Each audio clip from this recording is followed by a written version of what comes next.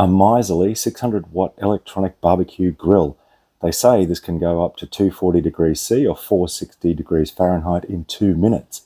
Respected Aussie company Kickass, I think you mean arse, say this is a world first.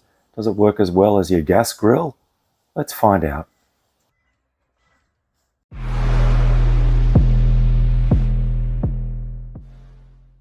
This grill weighs 1.8 kilos or 4 pounds. It comes in 3 pieces. You'll see the 2 pieces on the left there. They magnetize to the base and form a solid foundation. Obviously you get the power cord and a very nice carry case. It measures 33.3 centimeters by 23.3 centimeters by 5.5 centimeters. Now they say that in the initial startup you need 750 watts, so your inverter will have to be able to handle that peak load. They then suggest it settles into 600 watts, although it's not a continuous 600 watts because it operates on some sort of thermostat feature. So let's do a test. I've got some food lined up. Let's give it a crack. The grill comes in this nice carry case. I think that's a nice addition by Kickass. I think you mean arse. The non-stick surface of the grill is protected by this well-fitting case. There are, a bit hard to see with the light, but there are 3 little pouches, one for the power cord and then 2 other pouches for the 2 pieces that make up the base. That's the non-electrified end, if that's the right way to say it. There's the brains of the unit. The grill itself, as you can see, is in that separate pouch which protects the surface. Now you can see there where the plug, for want of a better way, put that goes into the bottom. So that fits on quite easily and it's magnetized. Similarly the other end. So we'll get her plugged in. I've got a Bluetti, I think it's an EB70 from memory.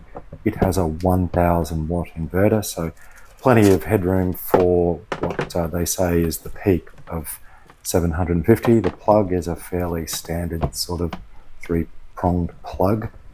So we'll put it into the Bluetti, and once I've worked out how to turn the grill on, we'll have a look and see how many watts it's pulling. So when you plug it in, the red light flashes. It took me a little bit here to work out what was going on. You have to press and hold. Voila. And the default setting is 240 degrees centigrade, so that flashes while it's heating up. Now you can see on there around 750 odd watts, and it very quickly drops down to the 600s, about the mid 600s.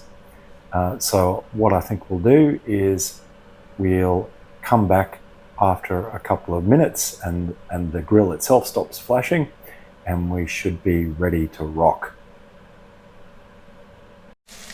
So I've got some lamb cutlets, and depending where you are in the world, some bacon. Having a look at the Bluetti, you can see it sort of jumps around from 400 to 500. I found it as low as about 300 at times. Now I've spread these out because what I'm really interested in seeing is whether the exterior parts of the grill are as hot as the interior parts. And what I found, that lamb chop in the middle on the left there was nicely brown and crisp. However, the lamb chops that were on the perimeter are not as well done.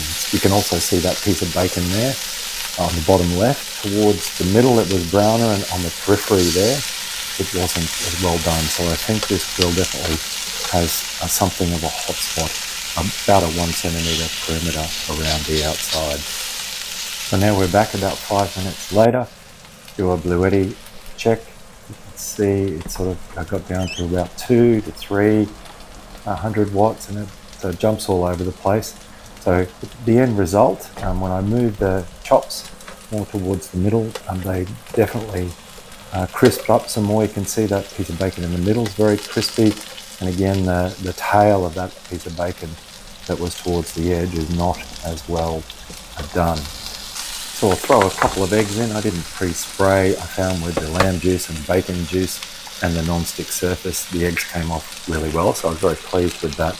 You can already see with these eggs cracked in the pan that the egg on the periphery is staying clear and it's not whitening. And if we have a closer look here, you can see what I mean about that sort of 1 centimetre perimeter that seems to be colder than the rest of the grill. So the end result I was very happy with.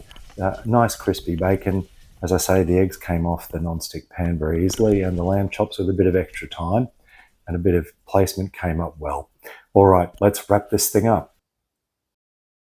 So what do I think of the Kickass grill? Right, man, finally. Let's start with the disadvantages. This cost me $199, which I think is a bit of a promo. The standard price is $229 Australian dollars.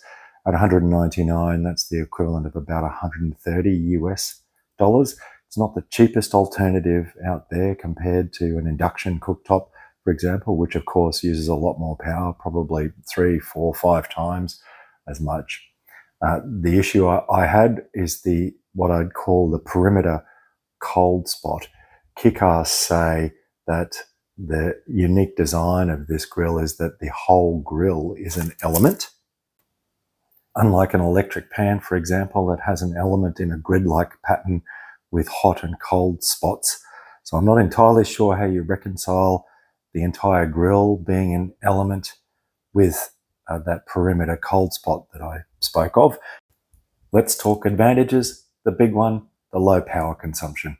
I reckon I used this grill for about 15 minutes or so. At most, I reckon I chewed up 150 watts, possibly as low as 120 watts. So it's terrific bang for your buck, particularly if you're off grid and you're power conscious.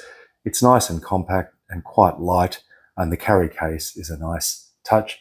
I also found that with the very nice non-stick surface, it cleaned up very easily.